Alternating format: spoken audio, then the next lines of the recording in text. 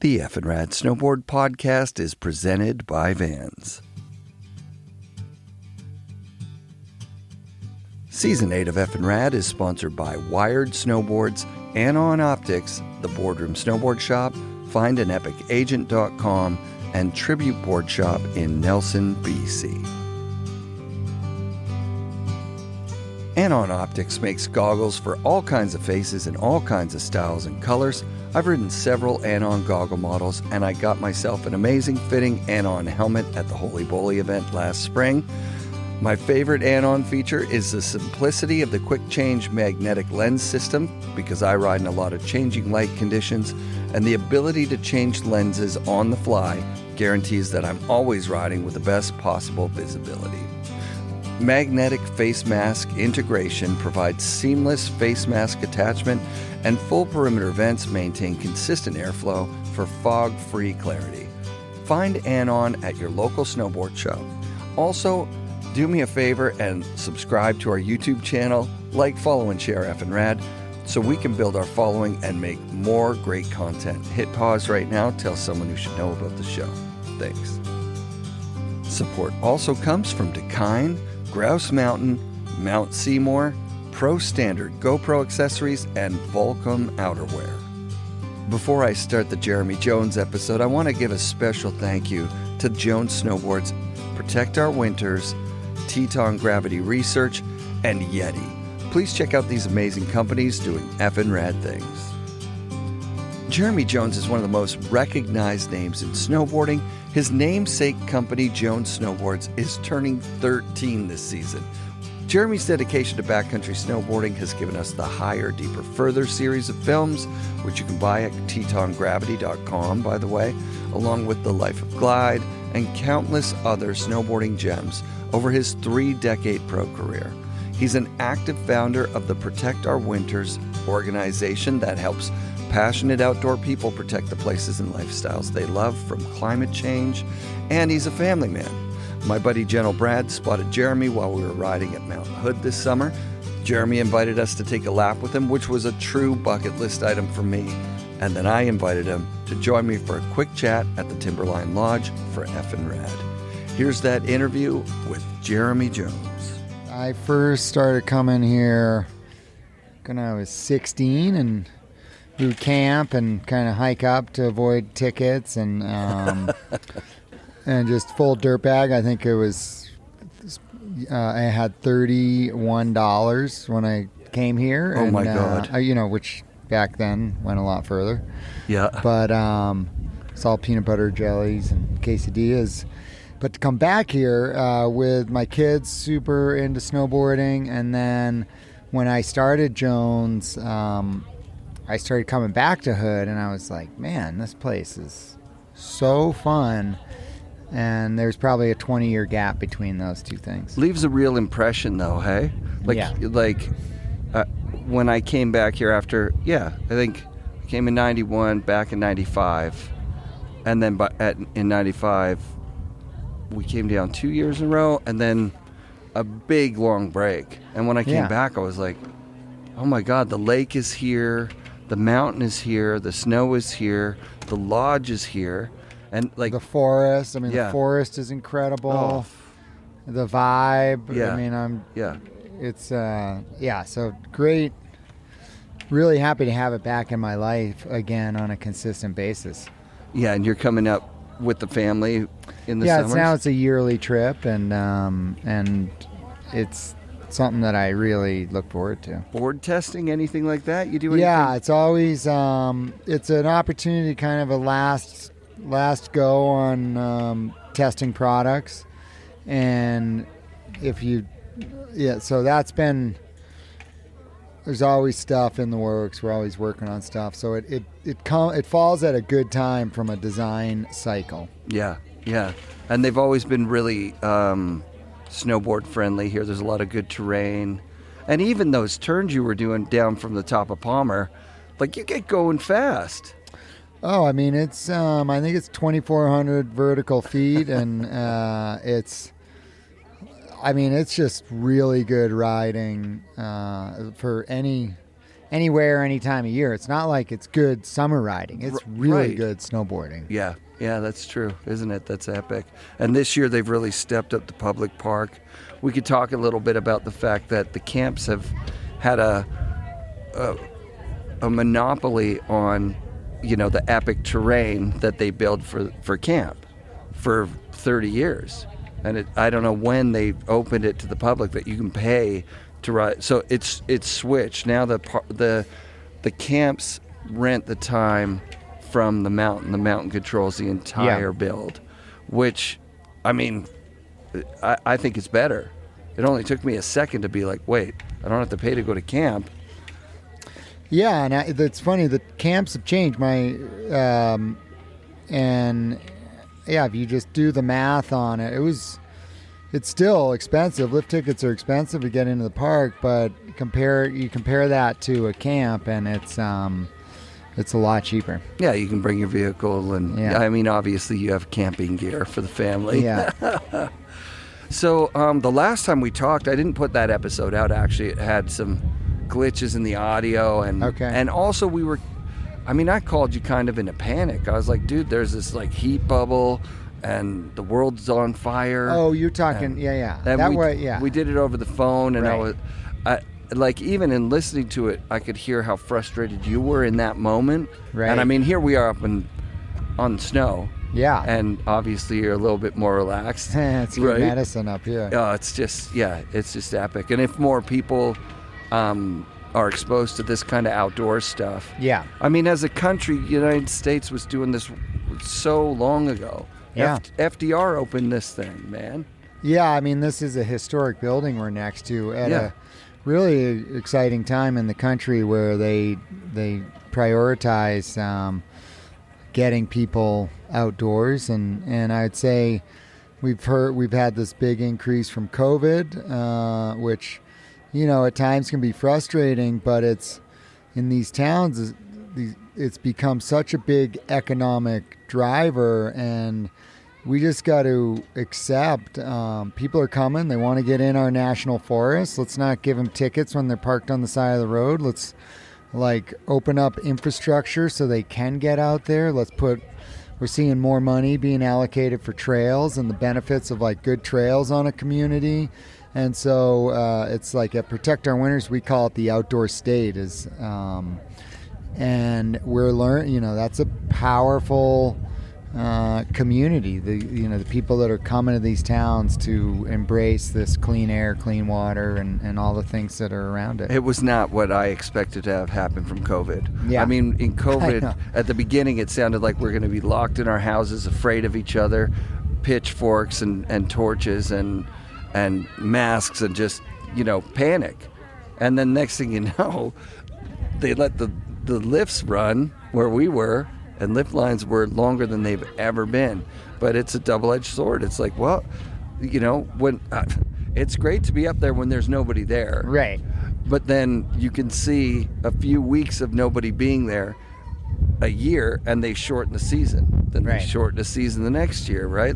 We watched it happen, and now they're lengthening seasons again. Pass prices are going up. It's like it's a healthy economy, which, like you say, leads to longevity of the place. I want those places to be operating when I'm, a grandfather or great grandfather, whatever.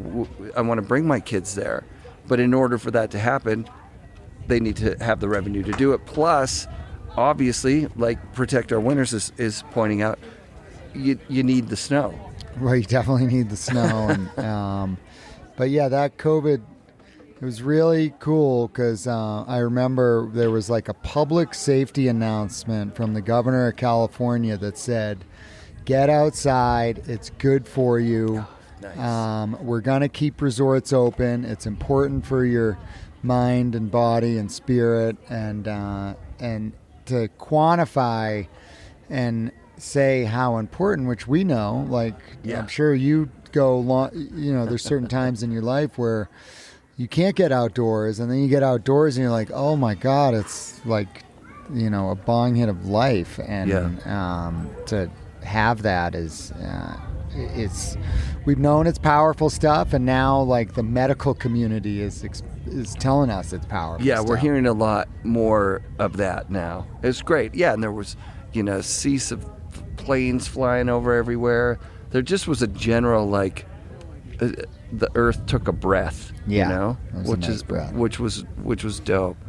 So you're still snowboarding quite a bit, obviously, if you're getting a few weeks or a couple weeks of riding here in the summer. And how did the season go in Tahoe this year?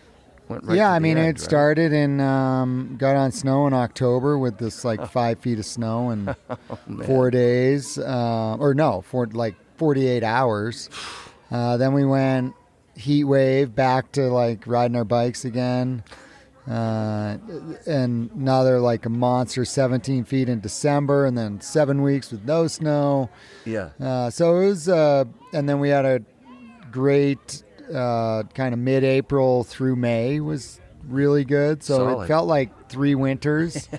And yeah, definitely getting on snow as much as I've ever been, for sure in the, well over 100 days a year. And that's pretty good for a company owner because there's just a lot of stuff, a lot of moving parts. Well, I jokingly say our product is really well tested, and my wife would roll her eyes if she was here. Always testing. Yeah. Tough totally. job. Someone's got to do it. Love it so much. So, what was the first training camp you did up here? You came as a dirtball in 90? It was 90, would have been 91, 92. So similar when you were here. Yeah. I said, said you rode the lift with Mike Jacoby. I'm sure I was on the mountain that day. Yeah. With Jacoby because I had the opportunity at a young age to train with him through Cross M. So spent a month up here, and it was really funny. There was a campground on the way to Mount Hood, and we slept on just over the fence of the campground because we couldn't pay for the campground, but we'd use the bathroom. And Mark Fawcett lived down in Hood River. He'd drop us off on the way down, and he'd pick us up in the morning. And, no way.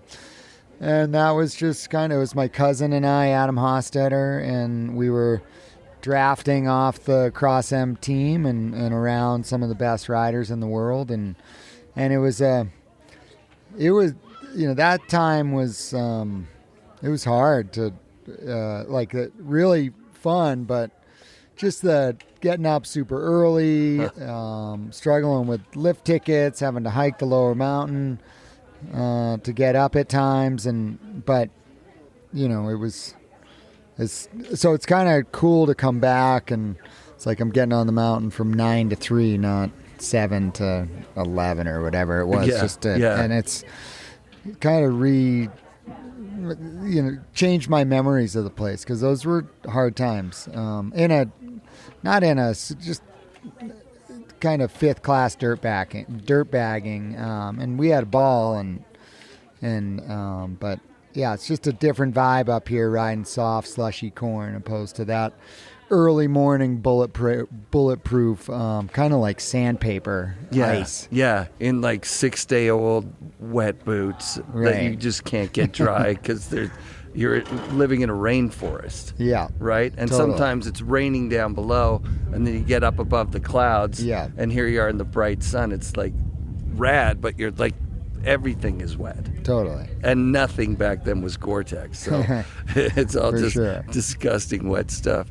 That Cross M team, I remember the logo being so much because I wasn't a racer. Yeah. I was I wish that logo was for something freestyle. Such a cool logo. It was a great logo, right? Yeah. What happened with that team? That was Jerry Masterpool. He puts it together. Yeah. Is he essentially the first North American racing coach? So, interesting enough, I think he is the first ever official snowboard coach. And so I was 89, 90-ish. I went to the U.S. Open. So it wasn't my first Open. So it was probably 90. My first Open was 89. Oh, wow. And I'm there and I'm seeing that rad logo. It's a cross with an M underneath it. Pretty punk rocky, and he was the coach for the Burton A team, and it ended up that only lasted a year, and he was coaching half pipe and race. He'd never been on a snowboard, but he was bringing structure to it, and then with his, he understood the art of the turn, and then he broke away from that, and Mark Fawcett ended up training with him, and then I got to run some gates with him. He gave me some pointers that, like, at that point I just got on my race board and was like, let it rip. And he's like, you know, you got to be patient, strong initiation, all this stuff that I hadn't thought, and like immediately it was clicking, and I'm like, oh my God, never thought of that. Makes total sense. And a year later I started, I came out to Hood, trained with him for a couple weeks, and then by I think 17 I was on the Pro Tour and traveling with the Cross M team. Yeah. Which Jacoby was on it. Jason Ford was on it. Oh, sick. Tara Eberhard, who ended up marrying Jerry.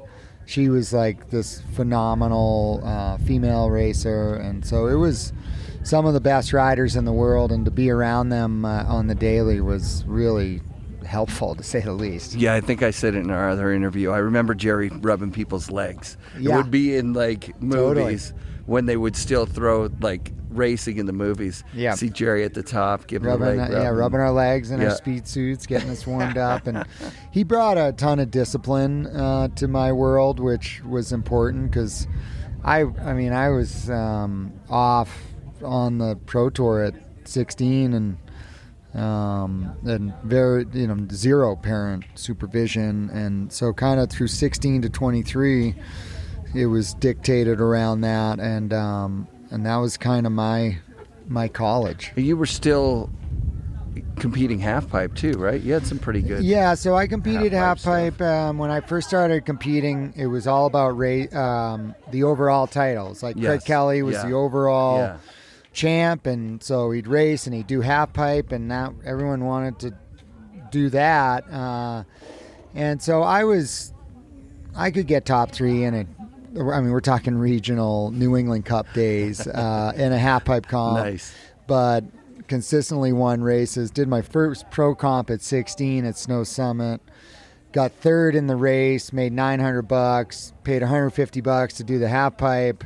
Got like 40th, and I'm like, that's not a good return on the investment, and I'm like, I can't afford to do that, and it was I was clearly a better, definitively better racer, a more than a advanced race, right? Because people got obsessed with half pipe, and like we were talking about on the chair, the exponential growth from year to year to year, like being world champion in '85.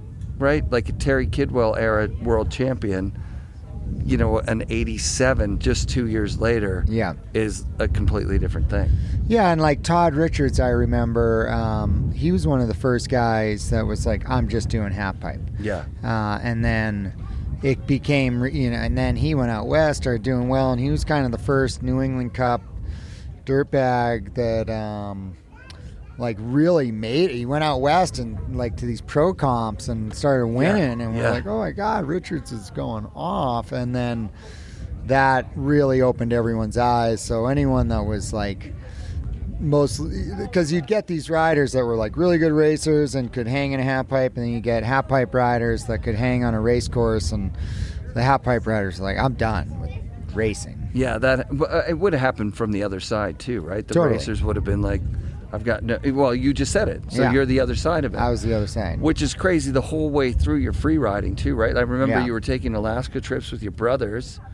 Yeah, that was started at 19, and free riding is from the day one on a snowboard, like riding in Vermont, was like we always looking for the misty, little gladed tree zones, and it was all about powder, top to bottom snowboarding, good turns, side hits, This was pre terrain parks, and then so that's always, I mean, I think that's what really drew me into snowboarding, was that just top to bottom riding. And then it was, racing was really a kind of a key to getting able to make some money and see the world. But as I got to see the world, it was like, oh my God, now I'm in Val d'Isere, and I remember waking up there in the morning and like, are you kidding me? And then trying to focus on racing and looking at POW right off the side of the run and like, let's get this race done so we can get our freeride kit together. Yeah. Notoriously, there's some people that just, they were all about the contest, didn't care, and then, anyone that didn't care, you kind of like wrote them off as a snowboarder. You're like, dude, seriously, come on, Jimmy Scott, like go free ride, right? Like, yeah, whether it's half pipe or Yeah. that. And I remember Jerry Masterpool, he would get so mad at us because he'd be like, okay, we've been grinding hard. You guys get 3 days off. And we're like, sweet, we're driving through the night. It snowed in the Tetons. We're like pulling into Jackson Tram for 3 days of riding, and then driving back through the night and showing back up just so smoked from it's like, that is not what you're supposed to do on these days off. Where you just aren't doing any snowboarding. How crazy is that? That's so amazing. At that time, where I say I'm definitely not riding more than ever, because at that time I was doing like 230, 240 days a year. That just doesn't even make sense to me. It was just 0 days off, because as soon as I was, if it was had a break from racing, it was straight to free riding. It was drive through the night. It was just like go. Blaze was talking yesterday about, he's an open to closed rider. That's just the way he is. There's no lunch. There's no lunch, right? Like you don't even bring a lunch. Yeah, he's coaching adults, right, with High Cascade, and he was talking last night. And I could just see it. It's because if you are a snowboarder and you bit the bullet, you bought the $100 lift ticket, right? You go in for lunch, it takes you 2 hours. Yeah. And then you come out and you're spent.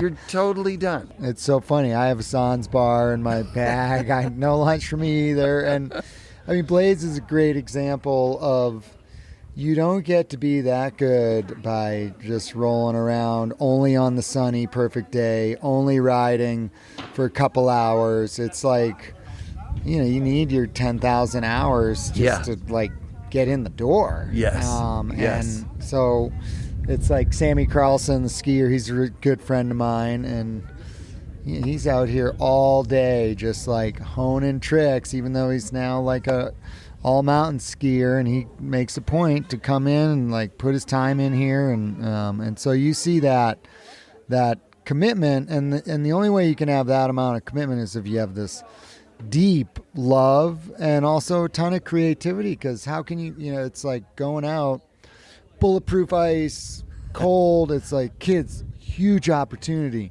This is the best ice we've had in Tahoe in like 5 years. Like, we gotta go, like we gotta get out there. Wow. Yeah, that's nuts. Yeah, I can do all conditions except when it freezing rains on top of powder. So like if you've got a breakable crust that will just destroy you, it's that's a write-off.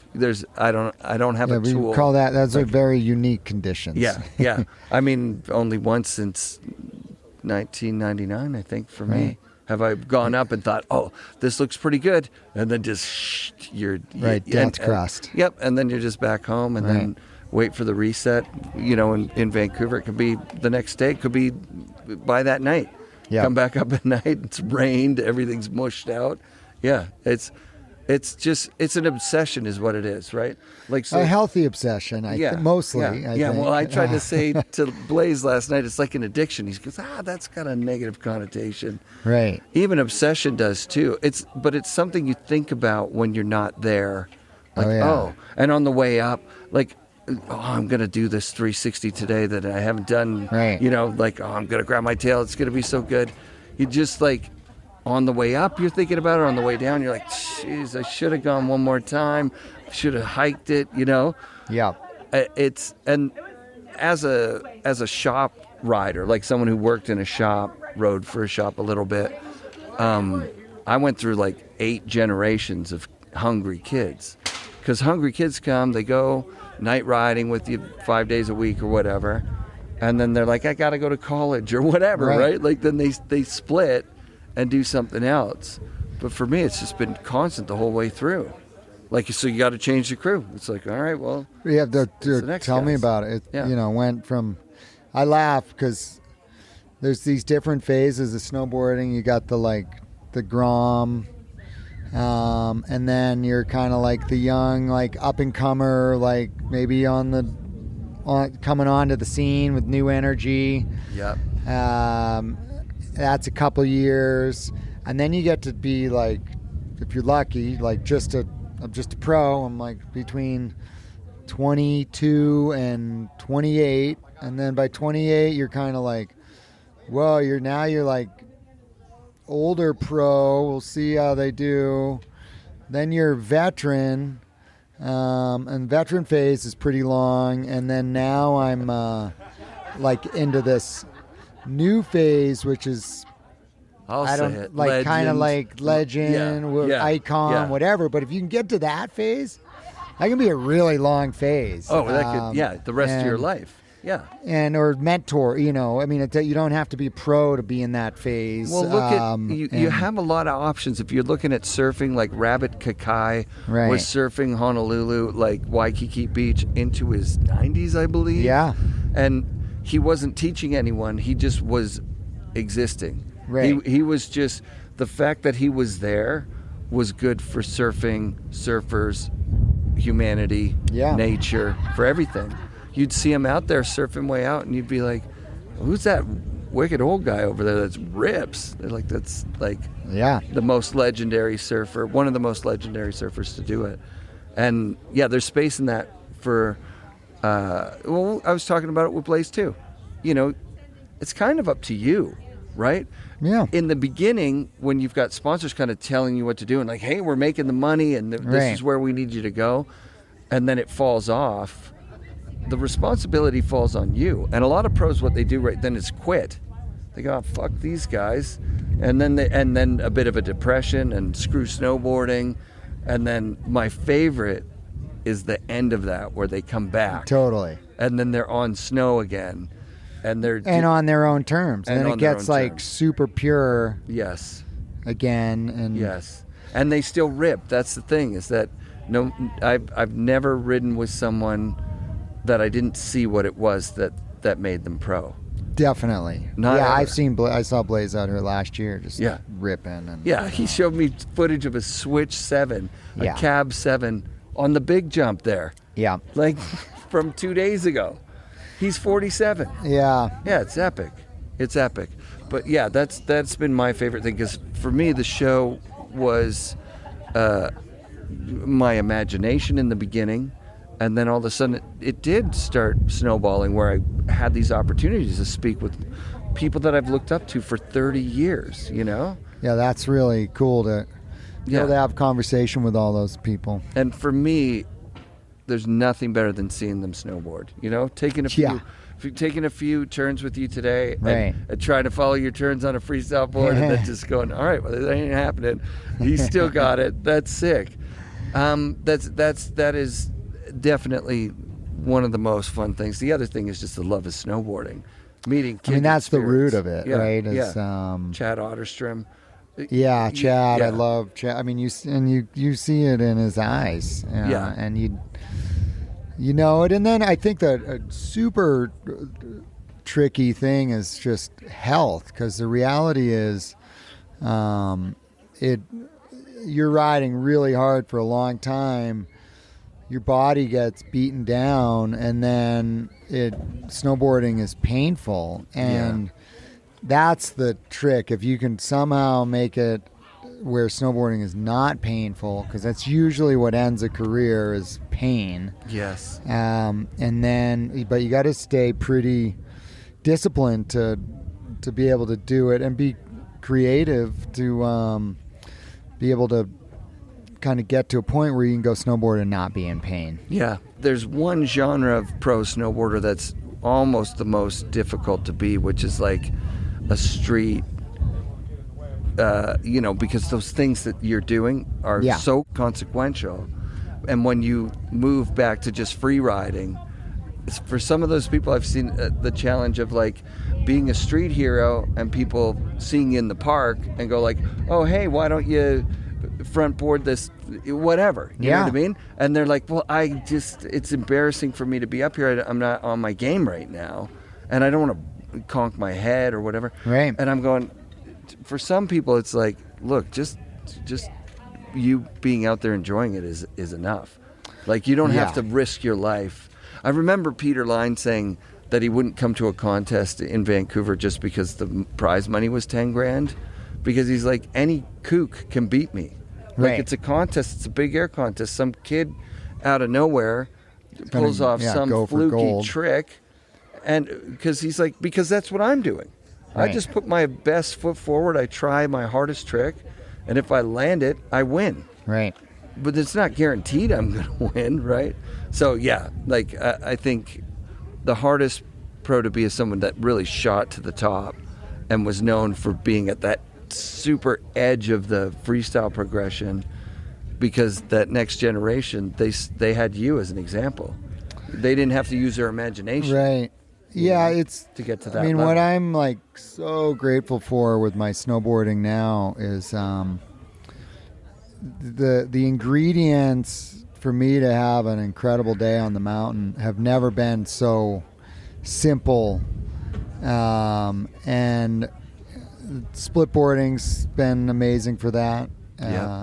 Certain designs can spice up your run. Oh, totally. Spice up your home mountain. Yeah. So it's wild to, just snowboarding has just become it's a really fun space for me right now, where I'm such a cheap drunk out there, and like the ease of me to get joy in the mountains is so simple these days. And it's sad when, we all have friends that are like, maybe it's snowed and it's like, it's kind of, maybe it's dust on crust, and like, I can feel the bottom, I'm out of here. I'm like, dude, I don't know, man. It's a pretty good day. That's what I was kind of ranting about before, is that, like, if you're UC Oxenden and you're known for doing 100-foot jumps, then your sponsors or people that want to see you are like, we could build you a 100-foot jump here. Right. Whereas you made such a good decision. There he is, making little surf turns. They're cool, like, brah. Hey, we'll send you somewhere exotic in the world. And you turn down. Make a pretty turn. Benefit. Go, hell yeah, I'll take that, because you can do that indefinitely. Right. UC there's a half-life for hitting a 100-foot jump. Yeah, I find it. I listened to a podcast with Jeremy Jones, and I've gotten to be friends with JP Walker, and they seem to have this similar, like, crazy commitment, which is why they got to be so good. But they're like what JP calls loyal to the steel, which I totally commend, and I'm so impressed. And the guy's so fit. Yes. But it's like, dude, that's just diminishing returns, and like one more video part, and they still want to be able to go to the rail garden and like throw down, and the reality is like your body, like, that gets harder and harder and hurts more and more, and there's just no way around that. And you're stacking PTSD from times that you wrapped yourself around a rail. It was kind of it was admirable. You see why they are so good, but it's also a little bit like, God, it would be cool if you could find joy in like snow skating Timberline or something. I don't know what it is like. And not to say, mind you, I've had the pleasure to snowboard with JP, and it's nothing but stoke. So there's zero bitterness or anything, but it's there's a level of and they will take it further than anyone. And I think Terrier and Richards and stuff, they have like the McTwist challenge going on. Cool. See how old they can do McTwist. Yes. And I think I've heard that's them both talk about it. Yeah. I mean, it's incredible to watch. But on the flip side, here I am. I'm up at Boreal at night boarding on a snow skate, just like so amped, and I'm like, this is kind of weird that I'm having this much fun on the white ribbon of death, but so be it. Grateful. Well, Craig was the one who really set the pace for it.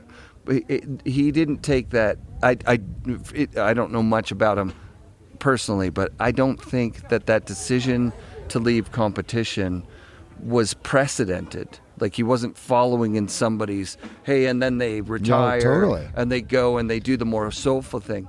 He was like, look, freeriding is super important. It's important to the sport. It's important to competitors to not take themselves so seriously. And by all accounts, he did take himself very seriously when he was competing. And with his freeriding, I had an opportunity to spend a week with him, and it was like every day, like, we got to get up earlier. Like, we need to be on the top of the mountain when the sun comes up. And he's like, we're 5 minutes late, get up earlier. And wow. And such commitment to it. And there was an incredible quote of Craig's, and I'll butcher it, but it was something along the lines of, I'm most intrigued with that everyday rider that's getting like pure joy out of snowboarding, and like those are the people that I'm studying right now. That's so sick. And so Craig, he became so zen. Yeah. He was so young when he passed, but we've thought about it on Mike before. What would it be like had he, stayed here and lived to now? Like, what would snowboarding? How would snowboarding be different? And I think I got asked that question at his 10 years after he passed away by Backcountry Magazine, and it was something I hadn't thought about. And at that point, Jones is a year or two older. Deeper, I think, had been shot, and I was like, wow, splitboarding would have been way further along. Yes, no question. That's true. Absolutely. Yeah, and there's just, you just don't know. You have no it was idea. like we lost our compass, and I think that we kind of were like that teenager, like kind of chasing squirrels and stuff, and like Craig had such a pure compass, and where he'd taken his snowboarding, I think it would have, we would have been further along with splitboard technology, and but we won't know. Yeah. Well, there's definitely, we're seeing it now, the divide between the current generation of snowboarders and the guys like us that actually had to, work to get on resorts sometimes, right? Or work for acceptance within a community of snow enthusiasts that just kind of didn't want us there.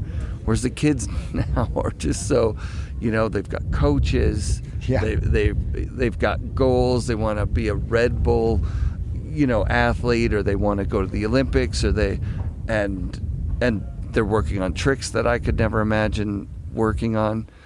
But there is a little bit of a lack of that guy that Craig's talking about, or girl that Craig's talking about, that is intrigued just about snowboarding. Like, that's just hooked because it's so much fun. Like, I'm super tapped in with the Groms of today, just because my kids are really into snowboarding, so I get to see it firsthand. And what I call the Woodward generation. Sure. What they're doing in the air is phenomenal. Their comfort levels, but I'm here to report that the kids are all right. Nice. And we don't know who their like total mentors are, but they're out there, and they're really cool. Yeah, I met Brock Crouch, I met Red Gerard. Yeah. And both those kids embody snowboarding as much as anyone I've ever met. Yeah.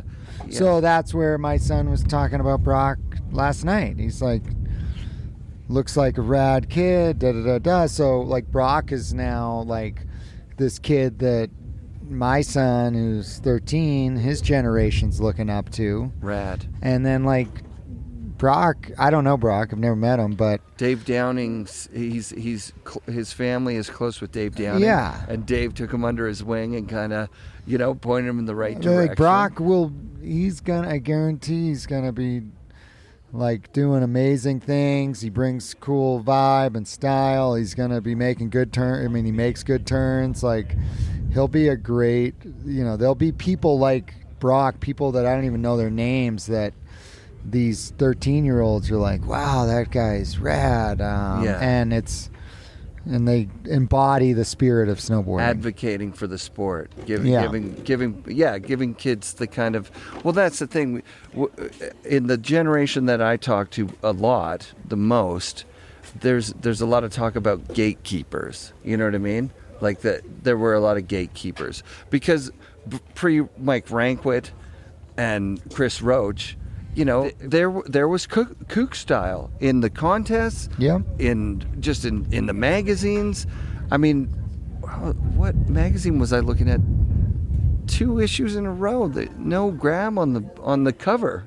Wow. We're talking, you know, maybe ISM. Right. Okay. Yeah. Right. Like interesting. And so like snowboarding needed some gatekeepers. Skateboarding had a bunch, right? And so then that kind of came over, and then sure, like I don't know, you can basically be anything in snowboarding you want now. You can be a contest kid, and I think that's good. I mean,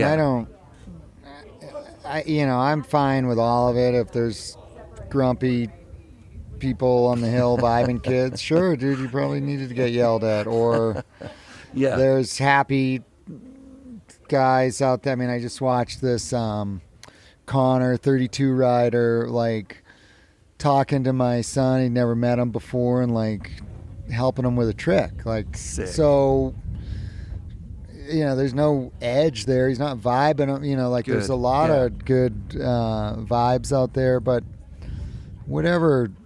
I mean, that's the beauty with snowboarding. There's a lot of roads to walk down right now, a lot of paths, and I think the variety is welcome. Yeah. Surfing got its start just that little bit further ahead, and there was some harsh localism that just it's perpetrated the whole way through till today, right? Like you can still get vibed out by locals. Surfing there, the mountain.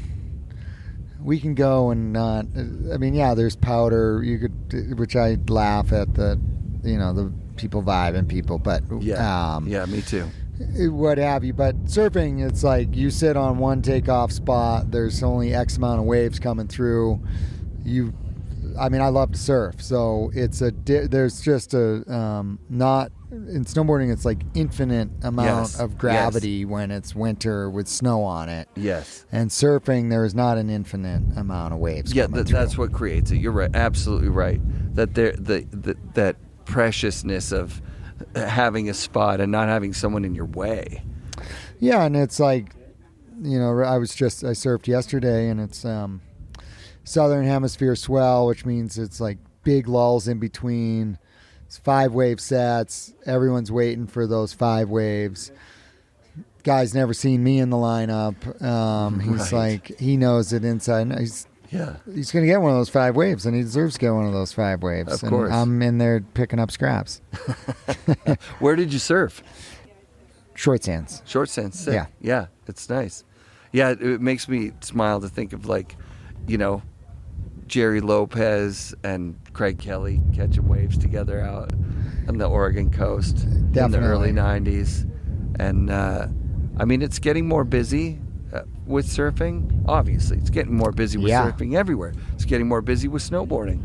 But, the technology's there, too. And, surfing's just a lifestyle. The idea of surfing is what got me into snowboarding. Snowboarding is like landlocked person's surfing for sure, especially up north. Yeah, I mean, I snowboard like I wish I could surf, and that's like in my soul is like a surfer at heart. And what was that short film about the turn? Life of Glide. Life of Glide with that one slow-mo turn before we had slow-mo on our cell phones. I think I've been doing. I've been trying to do something like that ever since. That essence of that one turn. It's so good. That was a Tim Manning masterpiece. He filmed that stuff, and it was a poem, right? It was a poem. It was based off a poem I wrote. That's why. Like it was something a little different, but something that really spoke to me from one snowboarder to another. I was like, this is with that, I was in my hometown. Watching Hire in the back of outdoor at the base of KT, and it ends with me in the Himalaya on this in a really serious line, and I'm like, the next film is Under the Chairlift. Yeah, I'm like, I gotta like bring it right back to like right here, and so that film was shot under the chairlift or like right on the side of the road. Sick. At Donner. Mike Hatchett shot the powder stuff. Tim shot a bunch of the stuff. Oh, wow. It was funny. I was up at Donner with Mike Hatchett, and it's sunrise, just perfect power. I mean, you see, and there's like triple overhead sprays in that movie, and he's like, "Oh, dude, we're like, sun's coming." He's kind of like rushing. I'm like, "What's going on, dude?" He's like, "Well, like people are gonna start coming." I'm like, "Nobody's here, dude. Like nobody comes to Donner to film anymore." And he's like, "Really?" It's like, "Back, dude. We used to like sleep, like be like camped out at sunrise on these airs and these spots to like beat Dogger's crew and Whitey and da da da da." And I'm like, "Yeah, they're in a single. You're not going to see a single crew today. It's just us." Oh, wow. That's rad to hear. Yeah. Blaze was talking about it, going to Donner. Yeah. Got to go to Donner to film. Yeah, we're going to Donner. Oh, you got to go to Donner. Dude, hit me up when you go there. Oh, we will for sure. I'll walk you. You need the historic. You need like the Donner tour guide. Where like first McTwist, first this is the Palmer did like a 540 off a cliff right off the side of the road. I mean, it's all right. You can see most of it. Is that where the Damien Steve Graham cliff is from Snowboarders in Exile? I would assume so. I can't. It's huge. It was just deny nor confirm. It was massive, massive. Oh my God, yeah, Donner's sick. I went up there and looked because Donner. What is the resort? Well, you have Sugar Bowl, you have Donner Ski Ranch. Yeah. I went all the way up to Sugar Bowl. I went to the Palisades at Sugar Bowl and was like, well, how the hell?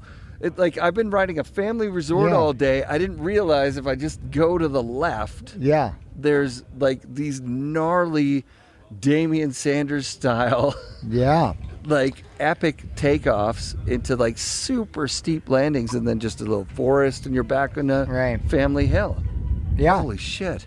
Yeah, it's fun up there. That's where for splitboarding, I bring my kids up there because it's like short hike with like you'll ride these 500 vertical foot runs with like 5 airs in it. Unreal. And that, opposed to like there's no approach, there's no nothing. It's right. These mini little runs that are just stacked with airs and chutes and unreal. Where's the train? Where was that train? The train shot is down. You go over I-80 and west, and that's a misty spot. And I don't know if anyone's jumped it since Hetzel, but yeah, probably not. Did you ever see the skier that hit the train with Apocalypse Snow, whatever? Oh wow! Yeah. They were there with Regis Rowland, the guy. Yeah, he went super slow. Whoa. And he backflips it, and it's slow-mo, and it's film, and his tips just hit the thing, and he double ejects. It's epic. Wow. It's one of the best shots ever. Oh, man, Tahoe is just so vast. Yeah, and you've been showcasing the Sierras, in all their glory for so long. Did you see the Travis, Brian Iguchi, I forget who else went. They the float down the river. Yeah, in the Tetons. Wait, no, the one before that. They were maybe you were in it. Did you do it? Did you? Well, we did this thing called Roadless. Yeah, that I was a part of. That was it. Yeah, it was the 3 of us. Oh, sick. Yeah, I'm like, and there was one other old guy in there. That just looked like hippie turns. It makes you want to go there. It makes you want to. Yeah. It makes you want to leave the crowded resort. Get your well, that's gear the gift of splitboards. Is it's so like with the teeny bit of creativity, you can go and get away from people and getting up early, and it's just such a I call it the wonderful problem. It's like you work really hard to maybe hit this line you've looked at and waited for conditions, and you stand on top of it, and you finally got it in good form, and you look behind it, and there's like 6 more. And so the list gets bigger, not shorter. Absolutely. Oh, I think I was flying into Salt Lake City, and I noticed like that ridge pops up real fast there. Yeah. And then you look down it, and it's kind of cookie cutter, the same formations, like doop, doop, doop. And it looks like, I mean, unbelievable terrain. Just like, it feels like it's like 5 minutes out of the city. Some of the best terrain is right above the city, and then, you know, it becomes an issue of can you get it, getting that low snow. That's what we deal with in Vancouver. Is that our local mountains are pretty low. And then Whistler Blackcomb is world class, and Baker's world class. So, yeah. Oh, you're in a good place. Yeah. I'm definitely not hurting for places to go. I'm embarrassed to say I don't split board. I mean, the listeners of the show know You don't need to be embarrassed. Yeah. Uphill, it's I know plenty of people that are allergic to walking uphill. That's all right. Thanks, man. Absolutely. But Fozzie and Shane from Tribute have invited me for a cabin run. Nice. And I got to do that. Yeah. Like, I mean, who better to go to Nelson with than those two? Oh, yeah. I miss Fawcett. Yeah, man. Yeah. Well, you probably got to get going. I think we did about an hour there. Cool. Yeah. Yeah, this has been That's perfect, dude. So much fun with Jeremy Jones here. Beautiful Mount Hood, Timberline Lodge. Thanks for doing the show, and thanks for everything you've done over the years for snowboarding, because I know you've worked really hard at it. It shows. Well, right back at you. I love your love and passion for it, and thanks, man. And appreciate the opportunity. Yeah, stoked. Right on. Sick, homie. Cheers. That's perfect. Thanks, Jeremy. No worries. FNRad shout-outs this week to Jeremy Jones for taking the time to talk to us. Thanks to his family for letting us borrow him for an hour or so. Special thanks to Jones Snowboards, Protect Our Winters, Teton Gravity Research, and Yeti. Be sure to come back next week for an interview with another amazing snowboarder on FNRad Snowboarding, presented by Vans and brought to you by SIA Productions.